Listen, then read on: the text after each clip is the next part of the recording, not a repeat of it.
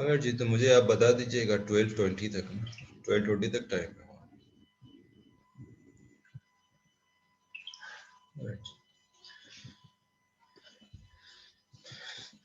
ठीक है जी, तो ये पब्लिक अवेयरनेस इंक्रीज हुई, गवर्नमेंट ने भी इसके ऊपर काम किया। तो अब ये हमने देखा कि इस वजह से जहाँ पर जो एक्शंस लिए गए उसकी वजह से अब ये नंबर जो है वो डिक्लाइन होता जा रहा है, रिड्यूस होता जा रहा है। ठीक है जी। तो अगर हम इस साइड को अब देखेंगे कि जी अगले नेक्स्ट 5 इयर्स में या 10 इयर्स में क्या होने वाला, ये मार्केट किस तरफ जा रही है, तो ऑब्वियसली अब हम इस मार्केट में पेनिट्रेट नहीं करेंगे, इस वाली मार्केट में पेनिट्रेट नहीं करेंगे। सिमिलरली अगर हम डायबिटीज़ की देखें तो डायबिटीज़ ऑब्वियसली जो है वो उसका ट्रेजेक्टरी बिल्कुल सीधी जा रही है। अगर आप ये देख रहे हैं कि नेक्स्ट 5 इयर्स में ये मार्केट फर्दर ग्रो कर रही है, तो इट मीन्स के फर्दर अपॉर्चुनिटीज़ हैं इस मार्केट में, डायबिटीज़ की मार्केट। तो ग्रोथ डिटरमाइन करते हैं मार्केटिंग रिसर्च के थ्रू कि किसी गिवन मार्केट में थेराप्यूटिक सेगमेंट में क्या ग्रोथ आएगी, ग्रोथ क्या चल रही है। अगर ग्रोथ नहीं होगी तो चांसेस ज़्यादातर ये हैं कि उस मार्केट में फार्मास्यूटिकल कंपनीज उस थेराप्यूटिक एरिया में पेनिट्रेट नहीं करती। द रीज़न बीइंग कि अगर अगर मार्केट जो है वो इस तरह से चल रही है, ठीक है, ये सीधी जा रही है, बस ऐसे ही है, तो इस एरिया में जितने कंपटीटर्स हैं, ये ऑलरेडी क्राउडेड मार्केट है, सेचुरेटेड मार्केट है, इसमें कम्पीट करना ज़्यादा मुश्किल होगा इस एरिया में as compare to the market which is growing.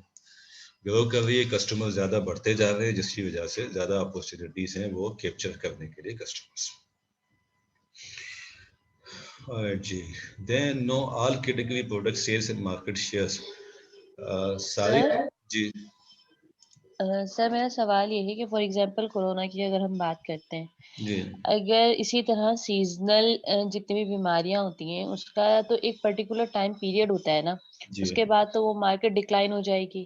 जी तो हाँ फिर उस सिचुएशन में एक फार्मा कंपनी क्या करे? अगर उनकी मार्केटिंग की स्ट्रेटजीज़ फिर क्या होंगी? जी, हमने लिखा हुआ ना, यही काम तो करेगी ये पॉइंट नंबर 7 पे। फार्मास्यूटिकल कंपनी यही काम करेंगी कि आइडेंटिफाई करना उन्होंने डिमांड सीजनलिटीज़ को और ट्रेंड्स को, और उसी के हिसाब से अपनी प्रोडक्ट्स की सप्लाईज को इंश्योर करना है। ये भी एक मार्केटिंग रिसर्च का काम है कि किसी प्रोडक्ट की सीजनलिटी क्या है। क्योंकि सीजनलिटी से वी डोंट मीन कि अगर कोई प्रोडक्ट सीजनल होगी तो वो प्रॉफिट जनरेट नहीं कर सकती, नहीं, ऐसा नहीं है। वो सीजन में ही अपना इतना इतना जो है ना वो जनरेट कर लेती है प्रॉफिट, कि जो रूटीन की चलती है प्रोडक्ट है उसकी इक्वली आ जाती है। द ओनली थिंग इज कि जब सीजन नहीं है या मार्केट में डिमांड एग्जिस्ट नहीं करती, तो उस वक्त बहुत ज़्यादा मार्केट में स्टॉक होना जो है वो प्रॉब्लमेटिक है फार्मासिस्ट के लिए, मेडिकल स्टोर वाले के लिए भी और कंपनी वाले के लिए भी, क्योंकि वो जब डिमांड नहीं होगी तो प्रोडक्ट की कंजप्शन नहीं होगी, प्रोडक्ट स्टोर्स पे खामखा रखी रहेगी, एक्सपायर होती रहेगी, एट द एंड केमिस्ट जो है उसको रिटर्न कराएगा प्रोडक्ट्स को। और जब सीजन होगा और सीजन में अगर प्रोडक्ट मार्केट में अवेलेबल नहीं होगी तो सेल्स जो है सफर कर जाएंगी। जैसे कि वेनाइटिस की जो प्रोडक्ट्स हैं, एविनिक है या पेनाडोल सीएफ है, ठीक है जी, उसका अगर आप एक्स एक्सिस पे जनवरी से लेकर और दिसंबर तक आप लगाएं उसका ग्राफ, एंड तो अमूमन जनवरी में इस तरह से इसका ग्राफ बनता है, इस तरह से, ठीक है जी। ये नवंबर से दिसंबर इस तरह चला जाता है हायर साइड पे, और जनवरी फरवरी मार्च तक यहाँ पे रहता है। तो ये 4 to 6 months का जो सीजन है वो इनकी इतनी सेल्स करा देता है कि ये चीज़ें इनके लिए मैटर नहीं करती। एक चीज़ ये, दूसरा चीज़ ये कि सीजन का ये जो पोर्शन है या ये जो अपॉर्चुनिटी है, ये जो मार्केट है, इसको कोई कंपनी क्यों छोड़ना चाहेगी? इसको तो हासिल करना करेगी लाजमी, जी। क्योंकि ये अपॉर्चुनिटी कस्टमर एग्जिस्ट करता है मार्केट में।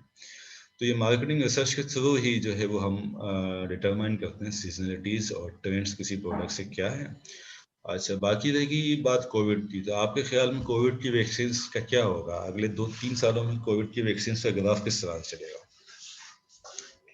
सर ये तो डिपेंड करता है ना, अगर ये टोटली जैसे पोलियो वगैरह की अगर हम बात करें तो उसे टोटली इरेडिकेट करने की कोशिश की जा रही है।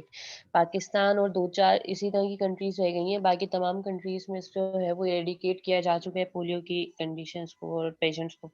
तो या अगर कोरोना के साथ भी अगर इसी तरह से सिचुएशन रही तो इसका मार्केट तो डिक्लाइन फेज़ में जाएगा ना डायरेक्टली। ठीक है। हम्म।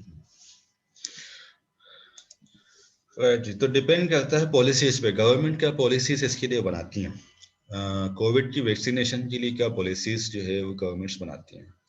अमूमन पेंडेमिक के पॉइंट ऑफ व्यू से गवर्नमेंट्स ट्राई करेंगी कि उनकी सारी पॉपुलेशन जो है वो वैक्सीनेशन जो हो जाए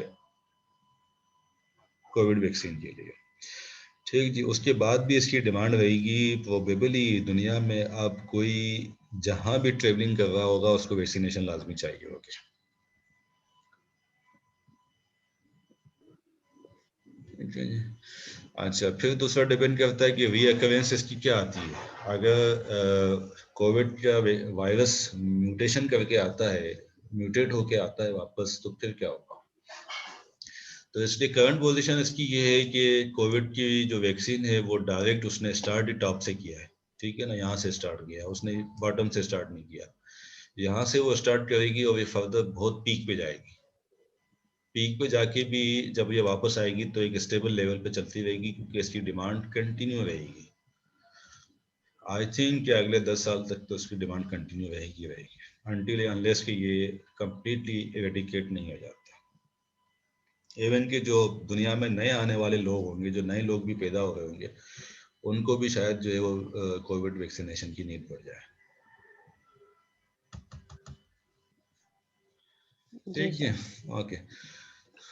ओके, तो all category product sales, antibiotics, सारी एंटीबायोटिक्स पाकिस्तान की मार्केट में कितनी सेल्स होती हैं, या पूरे एशिया में एंटीबायोटिक्स की क्या मार्केट है, पूरी दुनिया में एंटीबायोटिक्स की क्या मार्केट है। पर्टिकुलरली हम नेशनल लेवल पर ये चीज़ें देख रहे होते हैं, इंटरनेशनल लेवल पे फिर रीजनल बेसिस पे चीज़ें देखी जाती हैं। एंटीबायोटिक्स कितनी सेल हो रही हैं, इसी से हमें उसका पता चलेगा किसी गिवन थेराप्यूटिक कैटेगरी का, किस थेराप्यूटिक कैटेगरी में ज़्यादा पोटेंशियल है। एंटीबायोटिक्स कितनी सेल हो रही हैं, एंटी कैंसर प्रोडक्ट्स कितनी सेल होती हैं, प्रोटॉन पंप इनहिबिटर्स कितने सेल होते हैं, सारे किसी एक कैटेगरी की कितनी सेल है। ठीक है जी, ये हमारे पास जब हम मार्केट एनालिसिस करेंगे तो उसमें फर्दर डेटा हमारे पास आएगा। आईएमएस के डेटा की कुछ एग्जांपल्स हैं, उसमें हमारे पास उससे आपको फर्दर क्लियर हो जाएगा कि फार्मास्यूटिकल मार्केट टोटल पाकिस्तान में कितनी है, उसमें से टॉप थेराप्यूटिक कैटेगरी किसकी है। वो एंटीबायोटिक्स हैं, वो एंटीवायरल्स हैं, वो एनाल्जेसिक्स हैं, या कोई और चीज़ है। कौन सा टॉप कैटेगरी है, या टॉप 10 कैटेगरीज कौन सी हैं, टॉप 10 कंपनीज कौन सी हैं, टॉप 10 ब्रांड्स कौन से हैं। ठीक है जी, और उनका अपना अपना मार्केट शेयर जो है वो कितना है।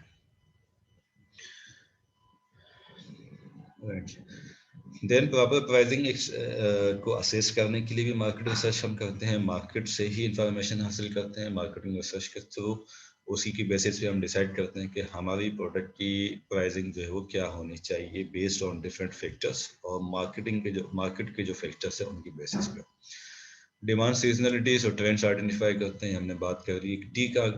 की टारगेट्स हमारे कौन से हैं किसी प्रोडक्ट के लिए, से कि अगर एक लेग्जेटिव है तो लेग्जेटिव कौन लिख रहा होगा। लेग्जेटिव गैस्ट्रोएंटेरोलॉजिस्ट जो है वो ज़्यादा लिखते हैं, या वो कौन से क्या कहते हैं उनको, जो एल्डरली पेशेंट्स को ट्रीट करते हैं, उनकी भी एक टर्म है शायद गेरोनोलॉजिस्ट। जी, सर जेट्रिक्स कहते हैं। जेनेटिक्स, ठीक है। ठीक है, जेनेटिक्स तो थेराप्यूटिक कैटेगरी बन जाती है, उनका एक और नाम है,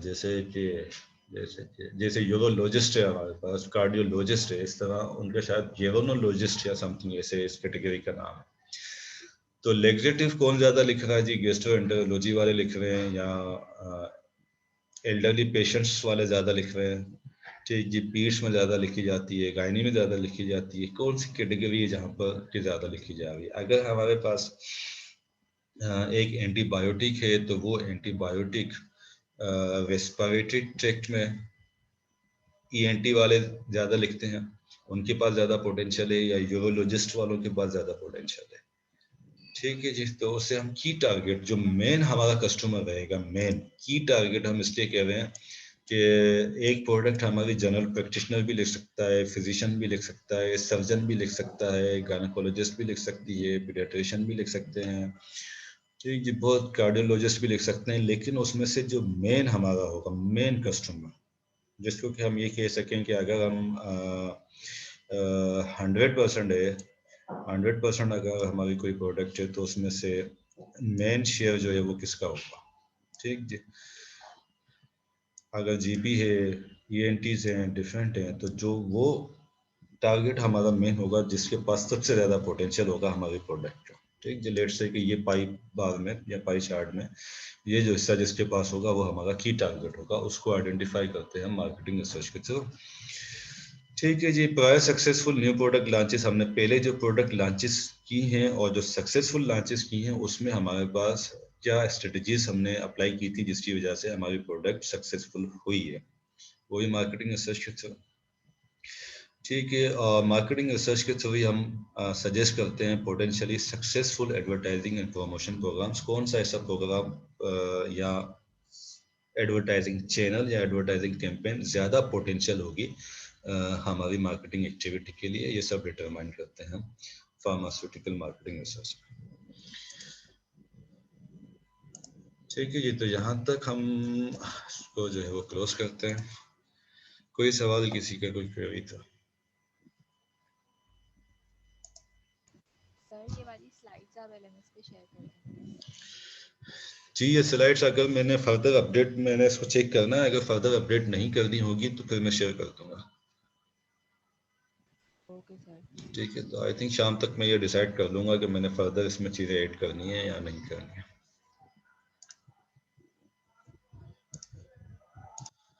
जी जी, और कोई क्वेरी है किसी की, कोई पूछना चाहेंगे?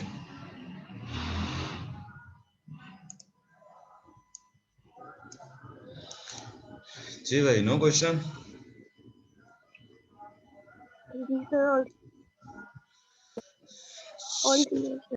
ओके जी, तो सी यू टुमारो। कल हमारे ज़्यादा सेशन होना है लेकिन हम बहुत ज़्यादा नहीं करेंगे, हम होपफुली 40 मिनट्स के जो है वो 3 सेशन कर देंगे। ठीक है जी, तो एक हमारा सेशन इस वीक में कंपनसेट हो जाएगा, एक इसी तरह से हम नेक्स्ट वीक में कंपनसेट कर देंगे। ठीक है जी, इंशाल्लाह सर। ओके जी, अल्लाह हाफिज़। अल्लाह हाफिज़ सर।